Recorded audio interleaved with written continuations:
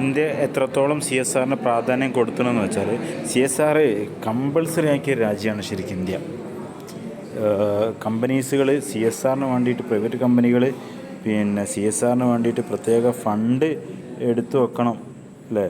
Company act പ്രകാരം 500 കോടിയോ അതിന് മേലെയോ net വേർത്തുള്ള സ്ഥാപനം അവരുടെ 2% of net profit C S ആറിന് ചിലവഴിക്കണം. നമ്മുടെ നാട്ടിലുള്ള ഏകദേശം വലിയ കമ്പനികളൊക്കെ അവരുടെ ടോട്ടൽ നെറ്റ് പ്രോഫിറ്റിൻ്റെ 2% അത് പൊതുസമൂഹത്തിൻ്റെ പ്രശ്നങ്ങൾ പരിഹരിക്കാൻ വേണ്ടിയിട്ട് ചിലവഴിക്കണം. സി എസ് ആർ ഫണ്ട് പലപ്പോഴും പല സ്കൂളുകളും പലരും ഉണ്ടാക്കുന്ന കാണാം. ഈ സി എസ് ആർ ഫണ്ട് വെച്ചിട്ട് റോഡ് നന്നാക്കലും പല കാര്യങ്ങളും. അതുപോലെ ഈ ഒരു സി എസ് ആർ ഒരു board level C S R കമ്മിറ്റിയും പിന്നെ ഉണ്ടാക്കാൻ ആവശ്യപ്പെടുന്നുണ്ട്. ഇങ്ങനത്തെ സി എസ് ആർ ഒക്കെ നടപ്പിലാക്കുന്നുണ്ടോ കമ്പനികളിൽ നിന്ന് നോക്കാൻ വേണ്ടിയിട്ട്.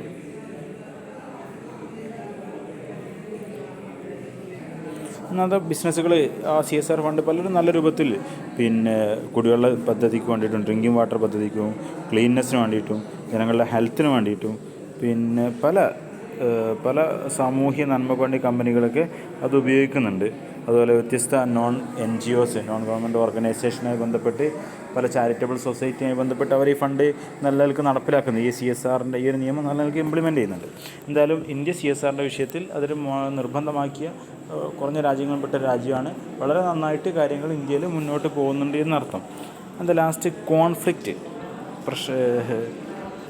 സി എസ് ആർ കോൺഫ്ലിക്റ്റ് എന്ന് പറഞ്ഞാൽ പ്രശ്നങ്ങൾ, അതായത് ലോകത്ത് ഒരുപാട് പ്രശ്നങ്ങളുണ്ടല്ലോ, രാജ്യങ്ങൾ തമ്മിലുള്ള പ്രശ്നങ്ങളും പിന്നെ ഒരുപാട് പ്രശ്നങ്ങൾ, സമൂഹത്തിൽ ഒരുപാട് പ്രശ്നങ്ങളുണ്ട്. പ്രധാനമായിട്ട് ഇപ്പം നടക്കുന്ന ഏഷ്യയിൽ നടക്കുന്ന യുദ്ധങ്ങളും പിന്നെ പല വർണ്ണവെറികളും പല പ്രശ്നങ്ങൾ, ഒരുപാട് പ്രശ്നങ്ങൾ, കോൺഫ്ലിക്റ്റുകൾ ഇന്ന് ലോകത്ത് രാജ്യങ്ങൾക്കുള്ളിലും രാജ്യങ്ങൾക്കിടയിലുമായിട്ട് സൊസൈറ്റി കോൺഫ്ലിക്റ്റ് ഉണ്ട്. ഈ കോൺഫ്ലിക്റ്റൊക്കെ ഈ പ്രശ്നമൊക്കെ പരിഹരിക്കുന്നതിൽ സി എസ് ആറിന് റോളുണ്ട്.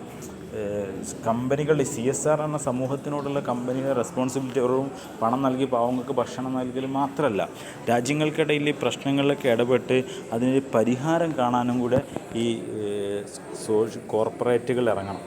രണ്ട് രാജ്യങ്ങൾ തമ്മിൽ യുദ്ധം ഉണ്ടാകുമ്പോൾ ആ യുദ്ധം പരിഹരിക്കാൻ കോർപ്പറേറ്റുകൾ ഇറങ്ങിയിട്ട് അവർ സംസാരിക്കട്ടെ രാജ്യങ്ങളോട്. അപ്പോൾ രാജ്യത്ത് നിന്ന് നടക്കുന്ന, സമൂഹത്തിൽ നടക്കുന്ന കോൺഫ്ലിക്റ്റുകൾ, തർക്കങ്ങൾ, പ്രശ്നങ്ങൾ അത് പരിഹരിക്കാൻ വലിയൊരു ഉത്തരവാദിത്വം കമ്പനികൾക്കുണ്ട്, കോർപ്പറേറ്റുകളുണ്ട്. ഉത്തരവാദിത്തം ഉണ്ടെന്നല്ല, അവർക്കത് കഴിയും എന്നല്ല, അവർക്കേ കഴിയും. മറ്റ് ചിലപ്പോൾ വേറെ രാജ്യം പറഞ്ഞാൽ ചിലപ്പോൾ അവർ സ്വീകരിച്ചോളണമെന്നില്ല. പക്ഷേ 2-3 കോർപ്പറേറ്റുകൾ പറഞ്ഞാൽ രാജ്യങ്ങൾ സ്വാഭാവികമായിട്ടും സ്വീകരിക്കാനുള്ള സാധ്യതകളുണ്ട്. അതാണ് സി എസ് ആറും കോൺഫ്ലിക്റ്റും എന്നതുകൊണ്ട് ഉദ്ദേശിക്കുന്നത്. ഓക്കെ, ഇതോടെ ഒരു യൂണിറ്റ് നമ്മളത് അവസാനിച്ചു. അപ്പോൾ ഇതിൽ C S R and conflict നന്നായിട്ട് പഠിക്കുക. ഇന്ത്യ സി എസ് ആറിന് വേണ്ടി അല്ലെങ്കിൽ ഇന്ത്യയുടെ റോള് പ്രധാനപ്പെട്ടും C S R and sustainable development, അതാണ് ഈ യൂണിറ്റിൽ പ്രധാനപ്പെട്ടത്.